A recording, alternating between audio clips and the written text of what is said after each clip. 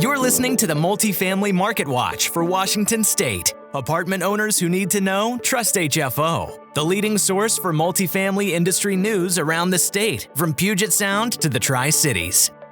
Welcome back to HFO's Multifamily Marketwatch. This week, we focus on Washington State. I'm your host, Aaron Kirk Douglas. The top news this week: a new report indicates that Washington now employs the most significant percentage of tech workers in the United States.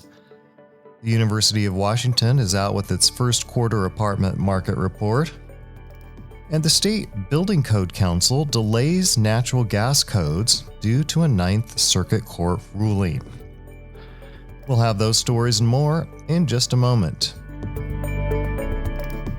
This HFO Multifamily Market Watch update for Washington State is co-sponsored by Gantry Inc., the nation's largest independent mortgage broker, and by J.R. Johnson, experts in multifamily restoration and repair work. We have much to get to this episode, but before we continue, I want to thank you for listening.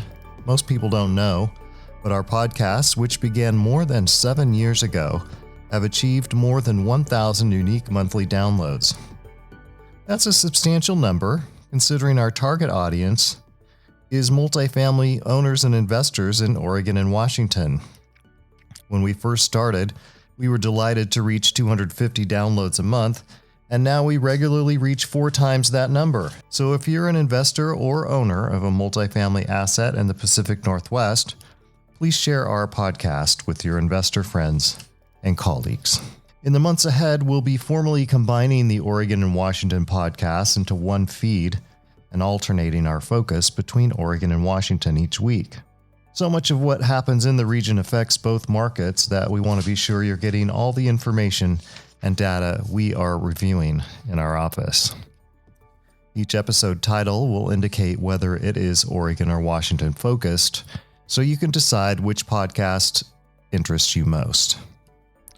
In the interim, we'll continue to host the Washington podcasts on the HFO Multifamily Market Watch and the Washington Multifamily Market Watch until they're officially merged in a few months. In the meantime, please feel free to send feedback to service@hfore.com, mention us in your calls with our brokers, and share our updates with your friends. We have a lot to get to today, so we'll start with the important news that the Washington State Building Code Council has delayed its planned new codes surrounding the use of natural gas in apartments. The Building Code Council had passed new rules banning traditional HVAC systems and natural gas in new residential and commercial construction.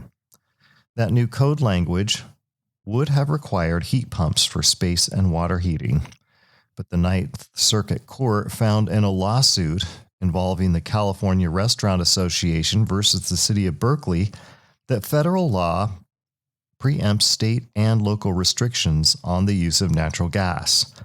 The rules banning natural gas had been set to take effect on July 1st of this year, but they're now being delayed to November 1st to see whether the ruling is appealed. The University of Washington Center for Real Estate Research reports that apartment rents in Washington grew by about 1.4% and 2.2% throughout the rest of the state. In addition, vacancy rates continued upward from 5.5% to 5.9% in the Puget Sound region and 4.3% elsewhere. The Seattle Times reports that despite all the news about layoffs hitting Microsoft, Google, Amazon, and Meta, Washington's leading job growth industry continues to be tech. Washington is number 1 for job postings in emerging tech like artificial intelligence and blockchain. More than 40% of those job openings are for technologies currently in development and expected to be widely used in the next 5 to 10 years, creating significant social and economic impacts. More than 20% of Washington's economy is tied to tech, more than twice the national average. Last year, Washington recorded nearly 350,000 jobs at tech or tech-centric companies, with all but 20% of those jobs in the Seattle metro area. Oregon has 6.7% of its positions in tech, ranking 10th in the country overall. Only a few years ago, some Seattle Metro residents could buy homes and have rent payments slightly more than what they were paying in rent. But as the Seattle Times reports, those days are long gone. The median home mortgage in Seattle is now 88% higher than the monthly rent for the same home. Significant contributors to this increase includes today's fixed rate mortgage rates hovering around 6.6%, up from 3% in 2020 and 5% a year ago. The Urbanist reports a group called Tacoma for All is pushing a sweeping tenant bill of rights while the city is planning a weaker alternative. Tacoma for All is collecting signatures for a November 2023 ballot measure. The measure would prohibit unfair or excessive fees, require landlords to pay relocation assistance for rent increases above 5%, and prohibit school year evictions of students and cold weather evictions. The city's plan calls for no relocation assistance and a schedule of rent increase notices based on the amount of the rental increase. Seattle area rent trends are leveling, with median rent across Seattle nearly flat in April from a year earlier, according to the rental tracking firm Apartment List. That represents a significant change from last year when renters experienced a sticker shock of 17% increases on new leases. Overall, since the start of the pandemic in 2020, rents are up 9% or about 3% per year. With the addition of 1,700 new apartments in downtown Seattle last year and an additional 4,000 under construction, rents are expected to remain relatively flat, even with Seattle's recent ranking as the fastest growing city in the U.S. An additional 2,100 apartments are under construction in Shoreline, representing a 42% increase in overall apartment stock for that city. It remains likely that tenants can expect a return of rental increases as new supply cannot keep up with demand in coming years due to a slowdown in recent permit applications. Speaking of new apartments in Seattle, Washington Holdings has announced plans for a solar-powered building of around 225 rental units at 3000 Western Avenue, with construction set for 2 or more years from now. Seattle's first 2 affordable housing communities in decades are open. The 2 buildings, Blake House and The Rise on Madison, offer 367 total units, ranging from 436 square foot studios to 1,000 square foot 3-bedroom, 2 baths. Greenleaf Capital Partners of Pleasanton, California, have purchased the 96-unit Encore for $35.32 million. The building was initially intended as condos, as it was located near light rail in Seattle's trendy Columbia City area and built in 2022. It offers a mix of studios and 1 and 2 bedrooms.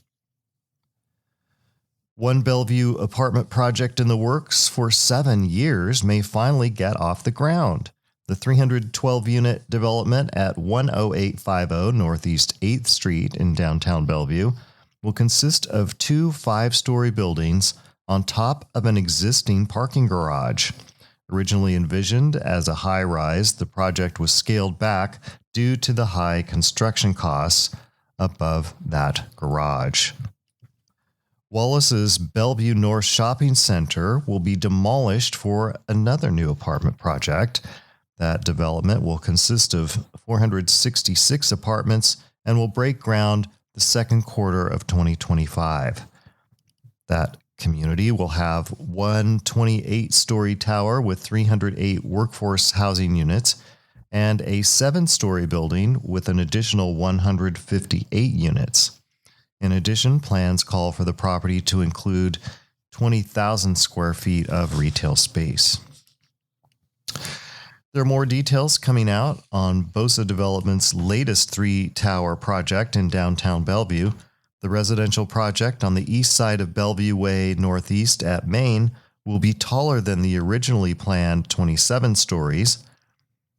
The first phase will contain one 27-story residential tower with ground-level retail above and below-grade parking. The second phase will include two 37-story buildings with ground-level retail and below-grade parking. The Puget Sound Business Journal reports the Bellevue Club has submitted pre-development services for two residential towers, adding 262 homes and 250 parking stalls. However, the private club has said it does not plan to add more members to its existing roster of 5,000. Meanwhile, in the South Sound, Tacoma retailers are banking on projections of higher population numbers in the years ahead. In the first half of 2023, Tacoma's downtown has already added 8 more restaurants and retailers, an increase of 5%. With more than 7,400 new apartments downtown since 2019 and thousands more in the pipeline, Tacoma is anticipating an additional 5,000 souls each year through 2040. Multifamily owners downtown and the South End are hoping for more grocery stores, since renters aren't likely to want to ride the new rail cars to carry their groceries. 300 units of affordable housing have been proposed near the Tacoma Dome. Seattle developer Great Expectations plans 148 parking spaces and 8 stories on a site currently occupied by a climbing gym. It plans to name the apartments the Arbutus and begin construction after completing a 199-unit project known as Cornice House nearby. The projects are within walking distance of the Sounder commuter trains, the Tacoma Link light rail, buses, and on-demand shuttle service for Joint Base Lewis McChord, Ruston, Spanaway, and the Tide Flats. Hotel-to-housing conversions are relatively new, and the latest new property, the 96-unit Pinnacle Apartments in Fife, is opening this week. Sage Investment Group says most units are 330 to 400 square feet and will rent for $1,275, including utilities. The property was previously known as the Port of Tacoma Inn. Sage Investment Group also purchased a Travelodge across the street, which it plans to convert as well. Equus Capital Partners has purchased the Sierra Sun townhomes in Puyallup for $45 million. The 150-unit property was built in 2003 and consists of 22-story buildings on 17 acres. Stay up to date with the latest from the Washington State multifamily industry by following our blog, available if you type in Northwest Apartment Investor Blog. You can also find it from our website at hfore.com. And don't forget to subscribe to our HFO Multifamily Marketwatch podcast, which is available in all major podcast markets. Thanks for listening. Our entire office specializes in multifamily real estate, making HFO the largest multifamily brokerage in the Pacific Northwest. Your success is our passion. Build your legacy with HFO. Call 503-241-5541 or visit our website at hfore.com for more information. HFO is an affiliate of the Global Real Estate Advisor Network.